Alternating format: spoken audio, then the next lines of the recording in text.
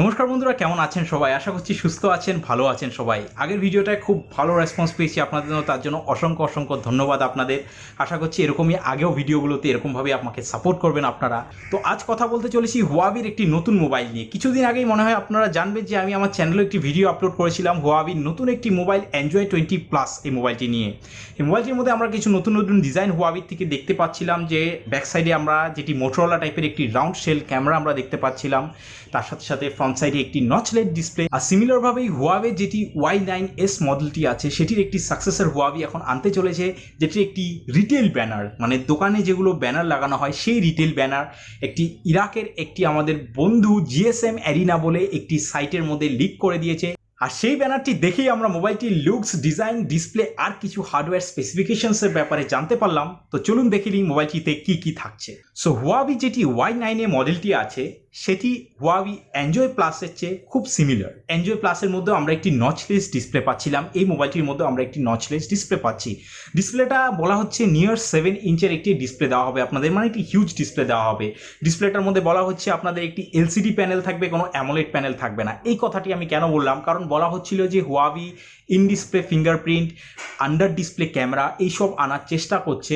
তো আমার মনে হয় যে অ্যাটলিস্ট এই মডেলটাই হুয়াওয়ে এসব আনছে না। মনে হয় যে আমাদের যেগুলি আপকামিং মেট বা P40 বা P50 যেগুলো আপকামিং মডেল, সেগুলোর মধ্যে হুয়াওয়ে এগুলো আনবে। তার সাথে সাথে ফোনটির মধ্যে যেটা থাকবে আমার যা মনে হচ্ছে, তার জন্য সেলফি ক্যামেরা হিসাবে আপনাদের পপ আপ সেলফি ক্যামেরা থাকছে। যদি কথা বলি রিয়ার সাইডের বন্ধুরা, রিয়ার সাইডের আমার লুকসটা খুবই সুন্দর লেগেছে। একটি গ্লসি ফিনিশ দেওয়া হয়েছে, খুবই সুন্দর লেগেছে আমাদের। মনে হয় যে 3 থেকে 4 কালারে আপনাদের কাছে আসতে চলেছে ফোনটি। যদি কথা বলি রিয়ার সাইডের ক্যামেরা বাম্পে হিসাবে, তো এটি হুয়াওয়ের এনজয় 20+ মতন একটি সার্কুলার ক্যামেরা বাম্প আপনাদের দেওয়া হচ্ছে।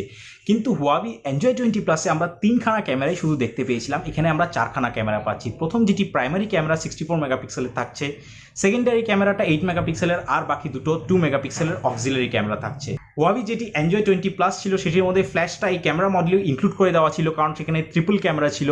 এখানে যেহেতু কোয়াড ক্যামেরা, ফ্ল্যাশটা আপনাদের আপার রাইট কর্নার রিয়ার সাইডে আপনাদের ইনক্লুড করে দেওয়া হয়েছে। তো ওভারঅল বলতে গেলে ক্যামেরাটা একটি ট্রেডিশনাল প্যাটার্ন ফলো করেছে। কোনো হাই এক্সপেকটেশনস আপনারা ক্যামেরা দিয়ে রাখবেন না। বেসিক্যালি যেটি হুয়াওয়ে যেটি ট্রেডিশনাল ক্যামেরার এক্সপেকটেশন সেটি দিয়ে আপনারা চলতে পারে। নেক্সট যদি কিছু ইন্টারনাল স্পেসিফিকেশনসের কথা বলি, তো এখানে 8GB র্যাম পেতে চলেছেন আপনারা, 128GBর একটি ইন্টারনাল স্টোরেজ পেতে চলেছেন। কিন্তু সবচেয়ে বড় যেটি কন্ট্রোভার্সিয়াল ব্যাপার আমি বলবো, সেটি হলো এটি চিপসেট হতে চলেছে। চিপসেট, এটি কি কিরিনের চিপসেটটা থাকবে? অনেকে বলছে যে এই মোবাইলটির মধ্যে কিরিনের চিপসেট থাকবে না, কারণ অনেকে বলছে যে মেট 40টাই হুয়াওয়ে লাস্ট মোবাইল যেখানে আমরা কিরিনের 1000+ বা কিরিন 1000 চিপসেটটা দেখতে পারবো। তার কারণ হলো হুয়াওয়ের ওপর ইউএস ব্যান লাগিয়ে দিয়েছে, আর এই কিরিন চিপসেটটা বানায় হলো TSMC, একটি তাইওয়ানিজ কোম্পানি, যেটি কিনা আবার ইউএসএর থেকে কিছু কিছু জিনিস ইম্পোর্ট করে এই চিপসেটটা বানানোর জন্য। তো এই সব জিনিস কারণের জন্য TSMC বলে দিয়েছে যে এখন কিরিনের কোনো চিপসেট সেটি বানাবে না। যদিও আমাদের হুয়াওয়ে থেকে বলেছে যে আমরা মেট 40তে আমরা কিরিনের চিপসেটটাই পাবো, কারণ তারা এনাফ মেট 40-র জন্য ইম্পোর্ট করে নিয়েছে। যদিও আপনি মেট 40 কিন্তু আনলিমিটেড পাবেন না। তো এখন কথাটা হলো এই মোবাইলটি যেটি আসছে Y9-এ, এটির মধ্যে কি চিপসেট থাকবে?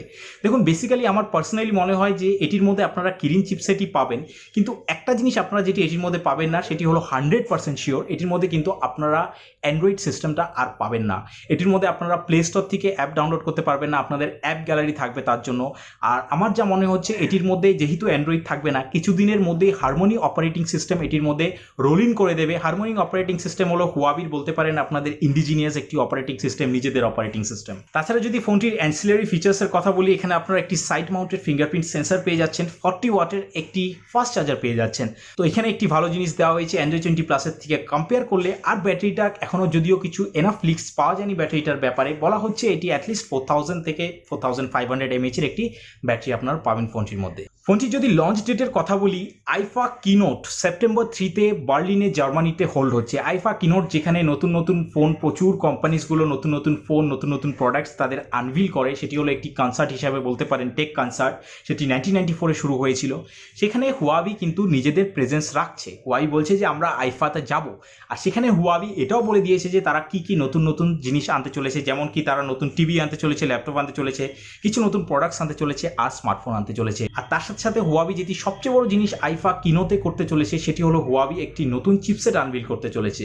তো দেখবো আমরা সেটি কোন চিপসেট হবে, কিন্তু আমার যা মনে হচ্ছে এই ফোনটি যেহেতু এখন হুয়াবি এখন রিটেল ব্যানার্স পাস করা শুরু করে দিয়েছে, তো আমার মনে হয় আইফা কিনোট যেটি সেপ্টেম্বর 3-তে জার্মানিতে হোল্ড হবে সেখানে এই ফোনটি আনভিল হতে চলেছে। কিন্তু প্রাইজিংসের ব্যাপারটা টোটালি খুবই কন্ট্রোভার্সিয়াল জিনিস। আমার যা মনে হচ্ছে নর্ডের আশেপাশে ফোনটির প্রাইস রাখা হবে, তাও বলা যাচ্ছে না, কিছুই ঠিক নেই। কিন্তু আপনারা কি এক্সপেক্ট করছেন প্রাইজিংসটার ব্যাপারে আপনারা প্লিজ আমাকে কমেন্ট বক্সে জানান। কমেন্ট করলে আমারও ভালো লাগে, আপনাদেরও কোয়েরিজগুলো ক্লিয়ার হয়ে যাবে। আর এই ভিডিওটি দেখার জন্য অনেক অনেক ধন্যবাদ, এভাবেই সাপোর্ট করতে থাকুন।